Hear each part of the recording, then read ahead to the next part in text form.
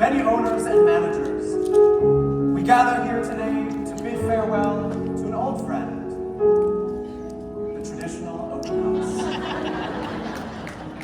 For years, it stood by our sides, luring in couples and families with the promise of free food, endless small talk, and a room full of hungry vendors. It was a time-honored tradition, a symbol of hard work and hope for bookings. But alas, like all things, its time has come. The traditional open house has become tired, cumbersome, and in its final years, a bit of a burden. It attracted many, too many tire kickers, those who just wanted to stroll the grounds with no intention of booking, just enjoying a nice afternoon out. It slowed down our sales process, piling on unnecessary friction as couples left more confused than when they had arrived and unsure of whether or not your venue was truly the place that they wanted to say aye to. We poured hours into its preparation, all for the chance just to repeat ourselves to the same couples the following week in a personal guided tour. The effort, though heartfelt, often led us to question, is it all worth it? The truth is, the world has changed. Couples crave efficiency, clarity, and personalized experiences. And so today, we say goodbye to the traditional open house. Not with sorrow, but with relief. We no longer need to endure the friction it caused, the hours spent on displays, or the endless interactions with, oh, I'm just looking generation. It served its purpose, but now we turn to new beginnings, to smarter, more impactful ways of welcoming couples into our spaces. Rest in peace, open house. The job here is done. Now, you may be wondering, what in the world did I just witness? For those of you that don't know me, before I became a venue owner and joined my family's business over 8 years ago in Texas, I started my career as an internationally trained opera singer, having sung across the globe from Portland, Oregon to Stuttgart, Germany. So anytime I have an opportunity to be in front of fellow venue owners or wedding professionals, I love to infuse a little bit of that drama, a little bit of that spiciness, a little bit of that je ne sais quoi into my education. A little bit of wedgecation, if you will. Some wedutainment. But you may be thinking to yourself, oh, Ian, you just gave a eulogy to the traditional open house. You clearly must feel a certain way about the open houses. And you're right. Ian, why are you saying goodbye to the traditional open house? Well, for me, it came down to data. It came down to data. In the past few years, we started to feel like the ROI really just wasn't there, and it really wasn't worth it.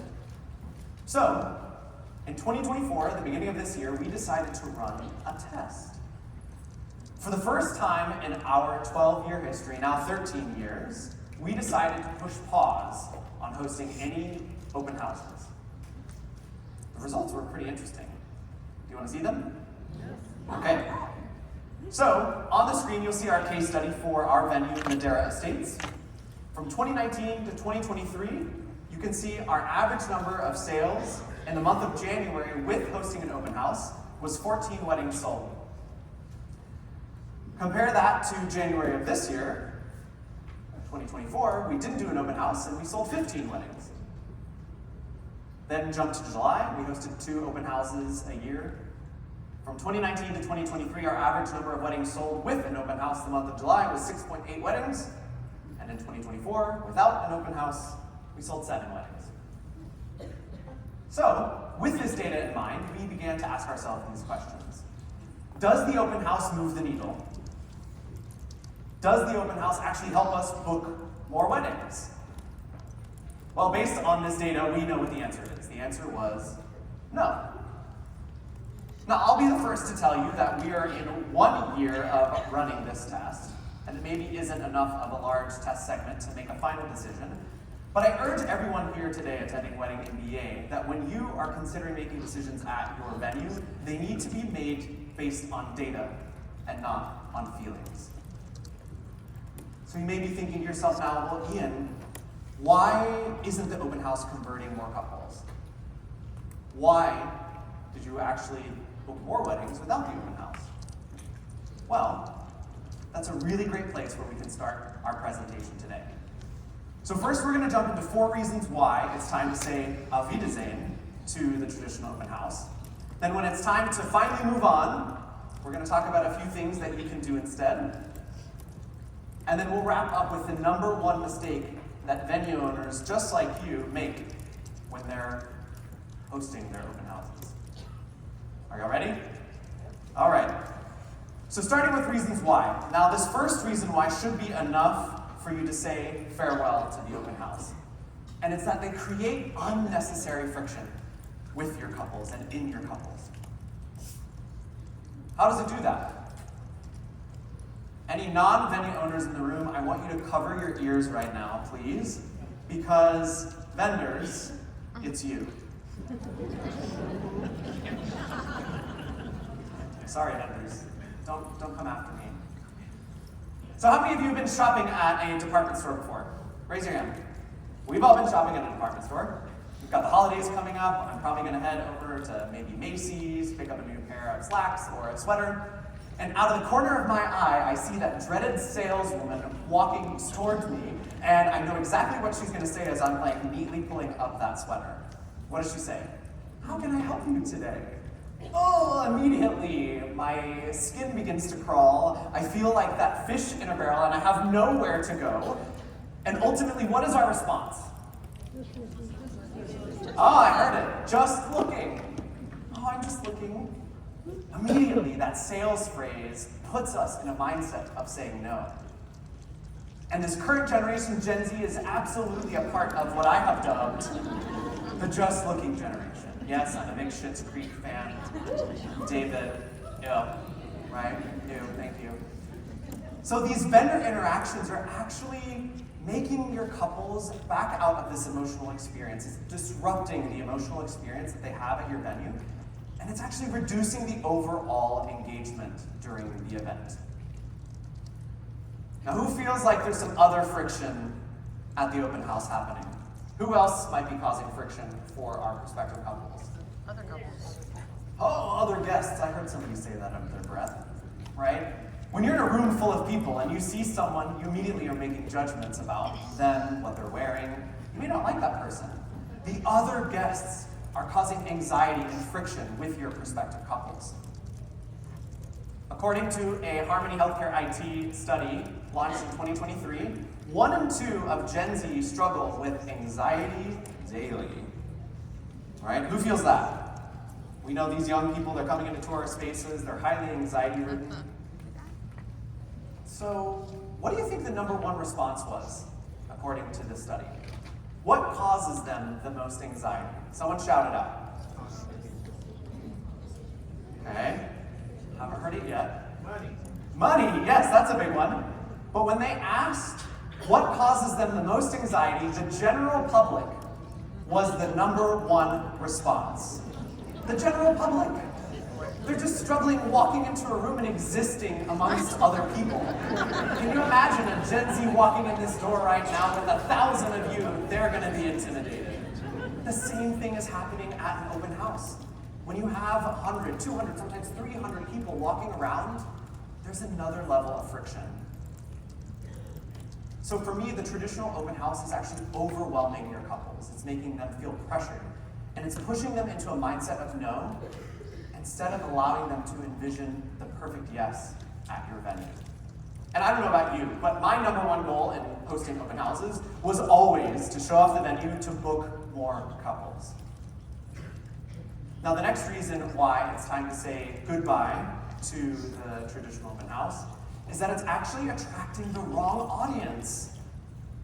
Okay, so I'm going to go over some personas that you may have encountered at your open houses, and I want you to raise your hand if you've experienced any of these. Tire kicker, They're there just for something free. They saw you're promoting a free venue rental, and I'm there just to claim my goods. They're just wanting to see what's out there. How does it impact our business? How does it impact our team? It's draining our time and our resources. This next one is my personal favorite because I just love this photo of this girl hoarding a bunch of stuff. I call them the vendor seekers. They're already booked at another venue, but they know you have really good vendors. So I'm coming to your venue to see what vendors you have. I have a couple that booked another venue a couple of years ago. 6 months after they told me no, look who strolls into my open house. And I look at them and I said, what are you doing here? No, I'm just kidding, I didn't say that. So I went up to them and I said, hey, I know you're booked down the street, why are you attending my open house? And they're like, oh, we just really need a string quartet and florists, and we really knew you had great vendors. And I'm like, okay, great, so you're diverting my team's attention. I won't go into this story further, but that couple also reached out to me 3 months later asking me to coordinate their wedding at the other venue. I politely declined. The last is the open house hopper. The person that's just there for food and entertainment. They may not even be engaged, they may come by themselves. Maybe they just live in the neighborhood across the street from your venue and they heard you got an open bar and some food. I've seen you here before. And ultimately what the open house hopper is doing is that it's skewing your metrics. It's not giving you a true picture of the success of your event. The next reason why, it's slowing down your sales process. So we're going to get into a little bit of audience participation. I know it's the afternoon, so I want you to be engaged. Raise your hand if you offer open house promotions at your open houses. Okay, there's a few of them in here. Do you share it with anybody that's toured the venue before the open house? Those people that raise your hand? Yeah, I see a few floating around here. And you're slowing down the sales process. If they tour at the beginning of January and they know your open house is at the end of the month and you've told them about this lovely special, what would make them book right before then? Next, how many of you actually have couples come back out after your open house for a private tour? Raise your hands. I know a lot of people do this. Okay, you have your couples come back out. And you're slowing down the sales process. Oh, but Ian, we host tours during the open house. That's what my dad used to tell me when we started the venue 13 years ago. Many venue owners like you. Okay, how many of you give tours during an open house? Let's see the hands. Give private tours? Okay, a few of you out there. Is the open house really an appropriate time to host a tour? Okay, to drive this a little bit further home, how long is your standard venue tour? 30 minutes if you raise your hand. I hope it's not 30 minutes. 60 minutes. Okay, 120 minutes. Yeah, I skipped 90, but. How long is your average open house? In my market, it's 3 hours, probably similar across the country. So if your tour is 30 minutes, you can give 6 tours. If it's 60 minutes, you can give 3 tours. If it's 90 minutes, you can give 2 tours. And if it's 120 minutes, I can give 1 whopping tour during the open house. Gave 4 tours the last few weeks, sold 3 of the 4. Each of them, I spent at least 120 minutes with them, 2 hours, to be able to build a personal connection, to be able to show them the space, to be able to overcome objections, and then finally to get them to sign the contract. Our open houses in the past, we're seeing sometimes upwards of 300 people, and it makes it incredibly difficult to make that personal connection with each and every attendee that's coming to the event. And when future couples are your primary focus, oftentimes your current couples are collateral damage. They don't get the attention that they deserve, which brings me to my last point. It's really difficult at a traditional open house to best serve both of your audiences. Gary Keller says it best, you simply can't effectively focus on 2 really important things at once. So I've gone over 4 reasons why it's time to move on from the traditional open house, and despite hearing this, maybe you're just not ready to give up the traditional open house. Maybe you're a new venue. How many new venue owners are in the room? Raise your hands. Proud. Anybody under construction right now? Yes, maybe you're hosting an open house coming up because you want to offer some pre-construction rates. I don't blame you, we did the same thing. I need bodies in the door. Maybe your leads are down. You just want to generate some buzz. Or lastly, you just can't let them go. You can't give up the open house. You can't move on because you really just like the tire kicker coming by. You really just like all your hungry vendors coming up to you and distracting your prospective clients. So if you find yourself in one of those three camps, I want you to do this instead. The first is host a fake wedding.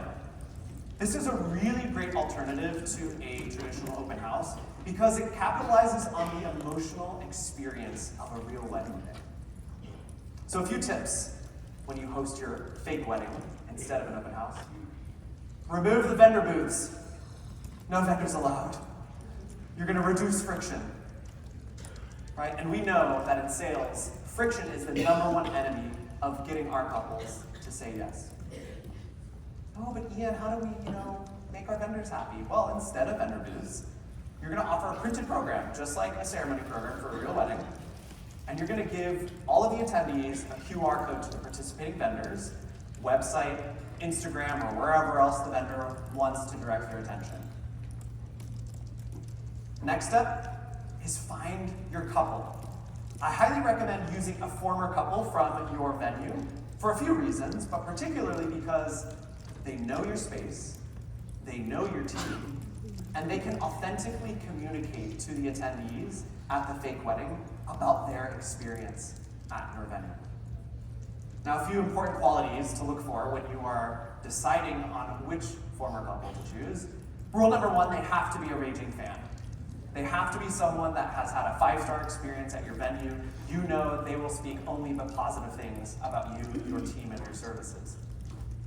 The next is they need to match your ideal client profile. Who is my target audience? My couple that's getting married, that's having the vow renewal at this event, needs to match my ICP. And then lastly, y'all, they gotta have charisma. Don't be picking any duds for your fake wedding. Don't be picking any couples that don't have charisma, that don't have communication skills, that don't have the opportunity really to connect with your prospective couples during the event. Next, we want to design the event flow. This is a really crucial step into hosting a fake wedding, and it's really not as complicated as you think. For all intents and purposes, you're really following the same flow of a real wedding day. So about 30 minutes for guest arrival, serve a glass of bubbly, a signature drink as the attendees arrive for the fake wedding. Host about a 15-minute, 10-minute vow renewal, followed by cocktail hour, 45 minutes, and then about 90 minutes for reception experiences. So still falling in line with that 3-hour time frame. Now, the reception experiences are highly important in capitalizing the emotion of our prospective couples. First is your ballroom setup. You need to partner with vendors that are going to be providing you linens, florals, decor. Again, we're wanting to put the couples in the mindset of envisioning their own wedding day at this event. Partner with your caterers to offer tasting stations or a buffet, much like you would at a traditional open house. And then lastly, don't just let that couple get a vow renewal. We're going to put them to work at this event. Let's do a mock grand entrance. Let's do a mock first dance. Again, to really show the couples how they can use your space. And for me, there's this nice duality, this dual purpose for a fake wedding. And that it not only allows prospective couples to see the functionality of your space, but it also allows them to envision their wedding day. And then lastly, we need to engage our guests. One of the unfortunate fails of a traditional open house is that couples are just like lemmings. They're walking around, they're observing, but they're not actually participating or engaging in the traditional open house model. So what we want to do is move them from observer to an active participant role. What we can do to engage them during our fake wedding, signature drink tastings. #1 comment and request for our couples, I want to name a drink after my dog, Chubby. I'm like, okay, how do we make a signature drink named after Chubby? The Chubby, I don't know. Hands-on stations. Something as simple as a bouquet sampling station. Have your florist create 4 different styles of bouquets, position them in front of the ceremony site, and ask couples to take pictures with the bouquet. Strategically place QR codes throughout the venue in different areas. Maybe it's in one of your 2 getting ready suites, in the bar area, in the ballroom, the ceremony site. Encourage couples to scan that QR code so they can learn more about each of those different spaces. And then lastly, offer Q&A sessions. One of my favorite things that we have done, and those of you that saw Joe's presentation, you'll get to experience that on the show floor, is these cool little silent disco headphones. It's a great way to push out the distractions at this experience and allow couples to understand more about your services and ask those pertinent questions. So partner with your DJ. This helps you avoid those distractions during this fake wedding experience. And then it also gives you an opportunity to meet with as many couples as possible. I scheduled 2 to 3 sessions during each of our fake weddings, and it was a wonderful opportunity for our clients to learn more about Ramirez Estates. Next, host a themed open house. Take your traditional open house to the next level. Here, you'll see some photos of one of our popular themes that we've hosted. This is an all-white party at Ramirez Estates inspired by Houston's White Mennonites in the Heights. Where are my Texans at in the room? Oh, yes! I got a lot of Texans in the room today. Sorry, everybody else, but I gotta rep my state. So, in order for you to pick a theme that works best for your venue, you really need to follow these 4 steps. The first is consider your target audience. At Madera Estates, my ideal client is someone that is culturally diverse, somebody that is well-traveled. They love to travel and experience the world and new experiences. So a lot of the themes that we chose were around that. Passport to Paradise, Havana Nights, Viva Italia. The next is you really need to focus on highlighting your strengths.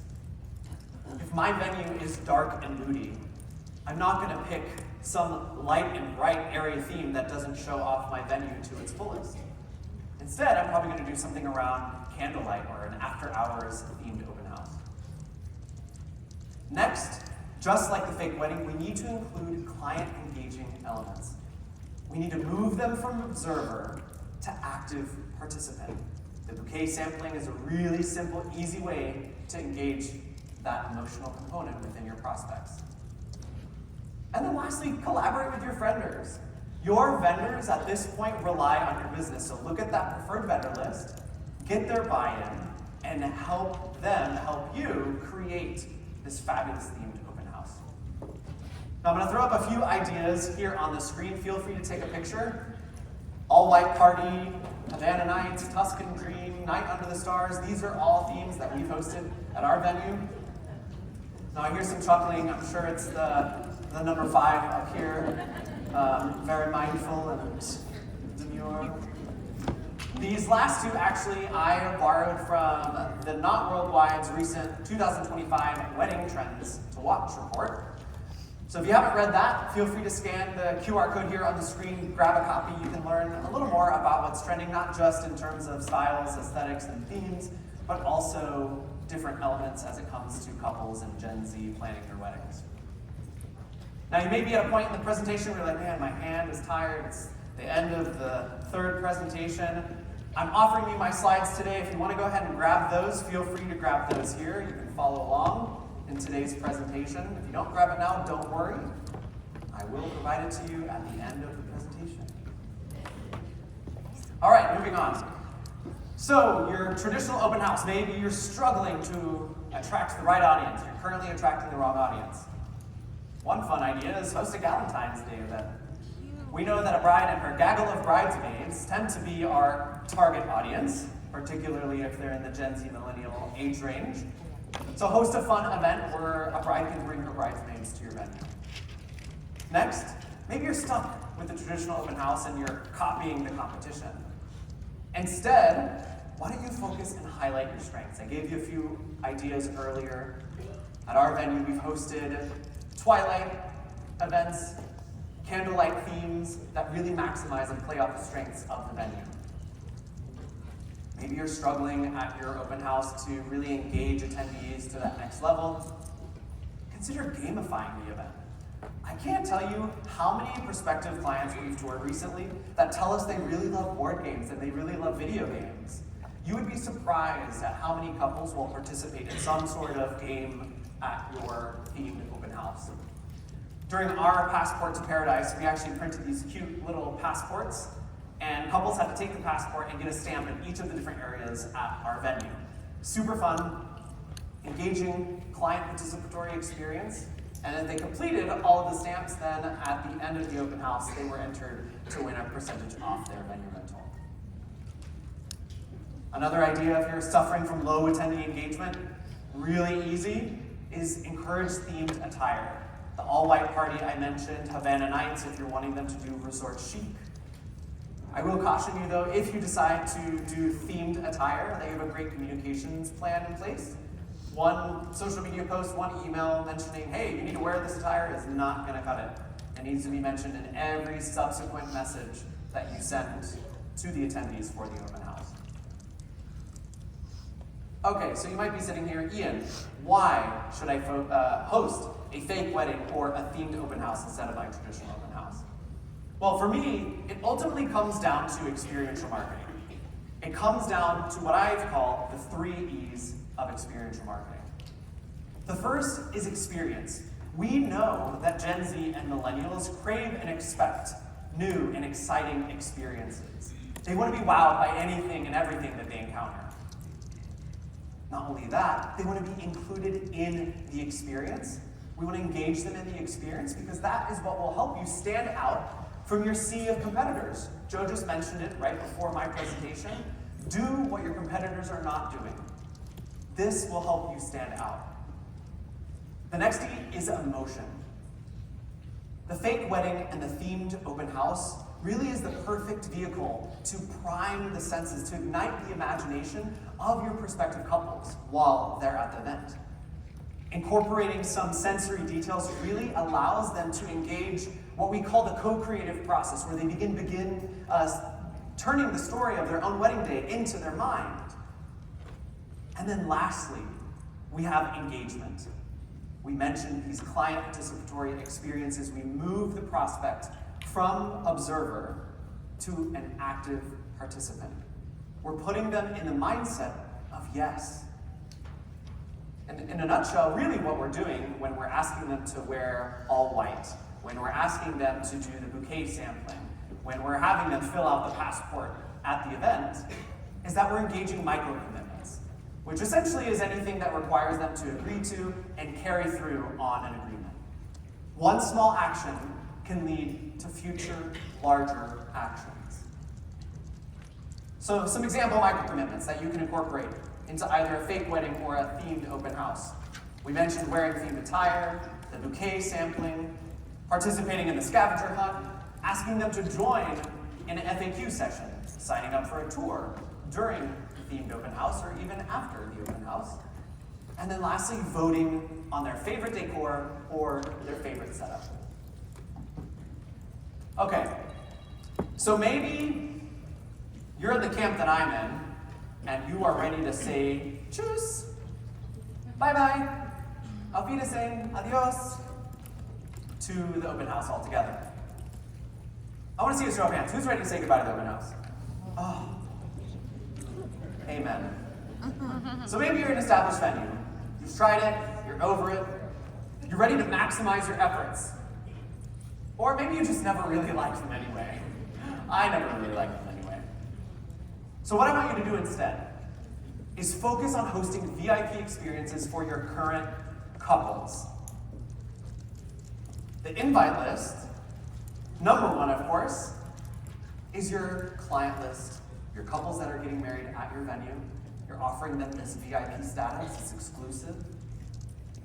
The other group that's invited to this is your preferred vendors.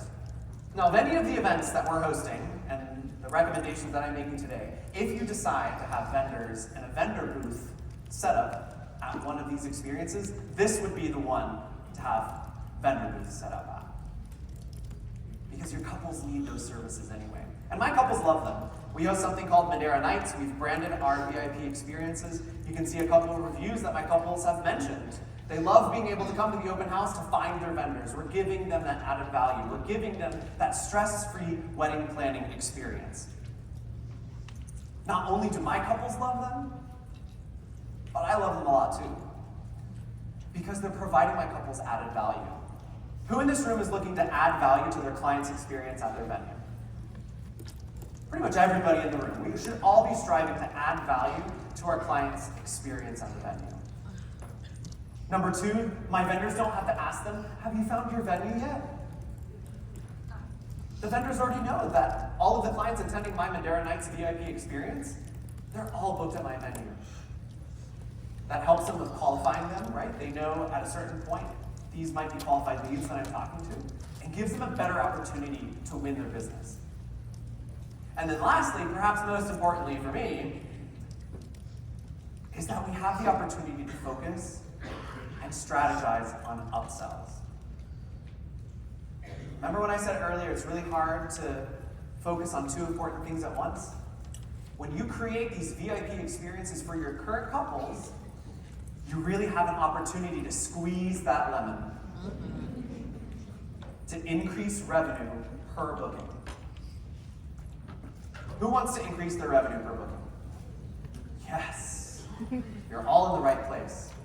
So I have a few example upsells that we've specifically promoted at our VIP experiences, and these are actually in order of the most popular that we've had. Our candle packages are number one. Candles are going crazy right now at our venue. Photo booths, reception extension, extended time, specialty bar upgrades. I was just talking to Tom over at the Knot about hosting drink nights where you're upgrading your couples on their bar services. If you have a bar and beverage license at your venue, we are starting this in 2025, private VIP experiences where their couples can come out and actually try their signature drinks. We're going to do them once a quarter, 4 times. The couple gets to choose one time to attend, and that's our opportunity to upsell, to get them to upgrade their bar package. Fireworks are quite popular, as well as premium linens at our venue. If you're looking for more example upsells, I encourage you to attend Venuversity graduate Leah Nadeau. She's giving a presentation all on upsells on Thursday at 3 p.m. And she's a venue owner herself, legacy venue owner, and I encourage you to stick around for that. One of the reasons I love having the experiences for my VIP couples is that they get to experience all of these upsells firsthand. They get to try the sangria, our world famous sangria at Madeira Estates. They get to see the fireworks in action. So when I create these promotions, they tangibly get to see it, they tangibly get to taste it, and understand how we can make their wedding even more magical. Now you may be thinking to yourself, Ian, what type of event can we host for prospective couples that's not a wedding and that's not a themed open house? Shannon gave you a fabulous presentation earlier today all about venue tours. And really, we know venue tours are the lifeline of our business. So this other recommendation that I'm going to make is something I'm super proud of that we've started doing over the past couple of years, and it's tour experiences. No vendor booths, no other randos there causing friction for my highly anxiety-ridden client. It's a tour experience. You'll see a few here that we started a few years ago, Sangria Saturdays, Twilight Tours, Margarita Mingle. In January, my husband and I started one called the Tour Experience for the Newly Engaged. And essentially what this is, it's an exclusive, elevated private tour where we dress the venue. It's fully staged, all the bells and whistles, and it allows the couples to immerse themselves in their wedding day without all the noise, without all that added friction. So the invite list for our tour experiences are TQLs, tour qualified leads only, and select vendors. For the tour experience, we're not having vendor booths. The vendors that we're going to ask to participate usually are going to focus on these here on the screen. Of course, we need decor, floral to set up the venue like a real wedding day. Bar, when we hit that bar area, we're going to have a bartender there serving our tour some signature drinks. Catering. Our team, when we finish touring the venue, we sit down with a couple, we go over our services. When we leave the room to go put a proposal together, that's when the catering team comes in and offers them some light bites, usually some warm appetizers. And then of course, you can't not have cake. Let them eat cake. I'm a sweets person. So if the couple ends up booking on the spot, we give them their cake right there and they can enjoy it as a little celebratory treat. But if they walk away and they're not making their decision yet, we send them home with a nice little cake box to remember us by. A really great way to engage the senses of the prospect and keep them in that mindset of yes. So I want to give a shout out to a venue friend of mine. We're all here making friends. If you are here alone, I encourage you to make a venue friend while you're here in Las Vegas. My friend Andrea Valancourt out in Florida, she owns the Clay Theater, which is, you know, we can all give ourselves permission to fangirl over other venues, right? Let's give ourselves permission. I fangirl over her venue because as an opera singer, she has an old theater that she turned into a venue, so I cannot. She started hosting this summer her summer tour series. So you can see the different themes for each of her tour experiences. She's got Garden of Love, Parisian Picnic, and Champagne Dreams. So Ian, what if my preferred vendors get upset? What if they're mad that I'm not having them come out to these experiences anymore? Stop being so nice. Can I get an amen? No, I can't. We love our vendors, right? But again, our number one objective is to show off the venue, to get them to book the space. And then, Mr. Eager Photographer, I will send them your way. Just have patience. So one last bonus tip when it comes to what I just mentioned. If you're a venue, you're ready to move on, host the VIP experience for your current book couples on one day, and then the next day, host the tour experience for your prospective couples. You're maximizing your efforts. When we host this experience, this is our first year, we've done it twice now.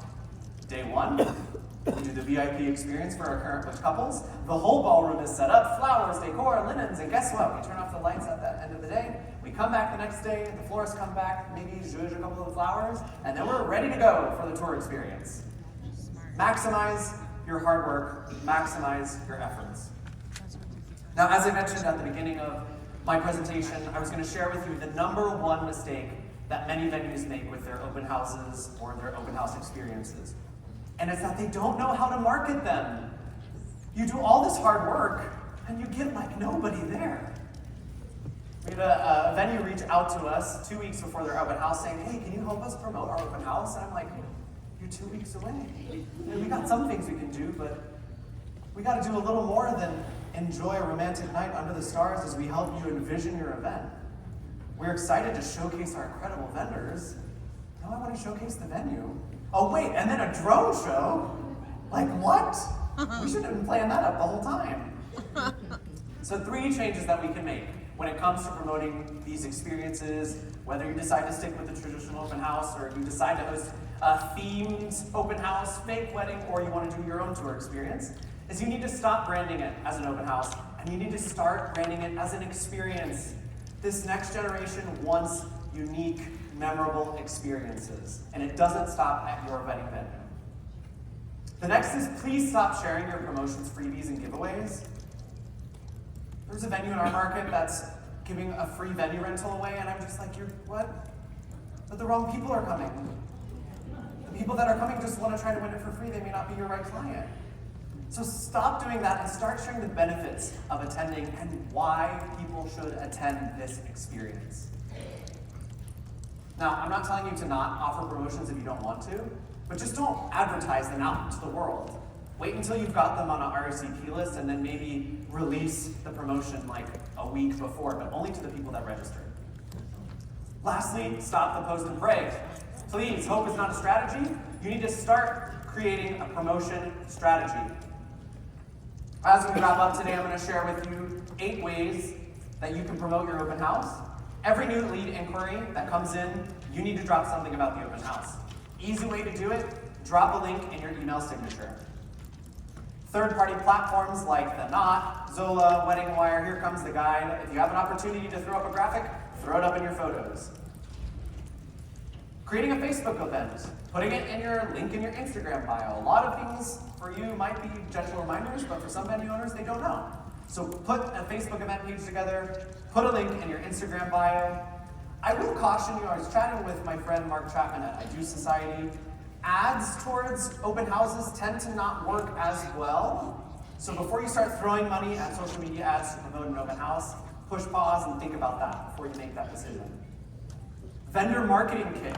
Make it easy for your preferred vendors that are attending this experience to promote it to their client base.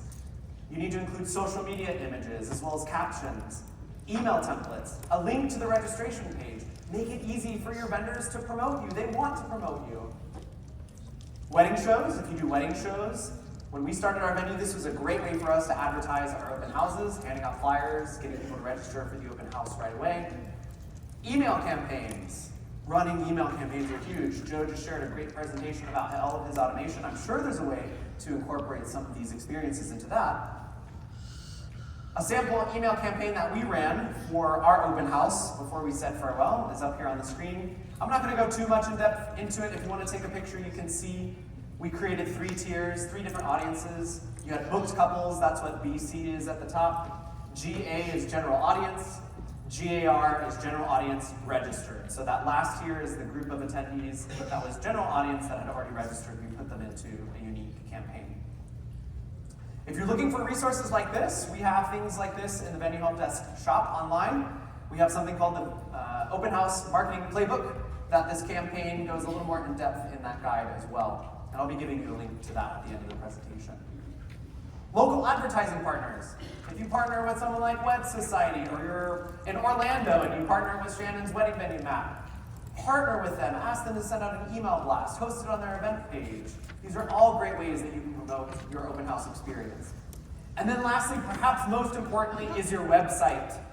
Please put a landing page or a pop-up banner on your website. If you're marketing your open house experience, your tour experience, your fake wedding, please put it somewhere on your website. There's nothing more frustrating as a consumer if I click on an ad that tells me you're having an open house and I go to your website and I don't know what to do next. There's nothing there. I don't know what to wear. I don't know who's going to be there, what I'm getting. Please put it on your website. So as you can tell, creating an open house, or one of the alternatives that I shared with you today, is a lot of work. So before you decide to host your own open house, I want you to ask yourself the same questions that I did. Does the open house move the needle? Does it help us book more weddings? And if the answer is no, it's time to say goodbye. It's time to say farewell. Auf Wiedersehen. Goodbye. Thank you so much. Y'all have been amazing today. If you want to grab or did grab my slides from earlier, you can scan this QR code up here on the screen. You'll also receive a link if you want to learn more about the Open House Marketing Playbook. It's a great resource for you.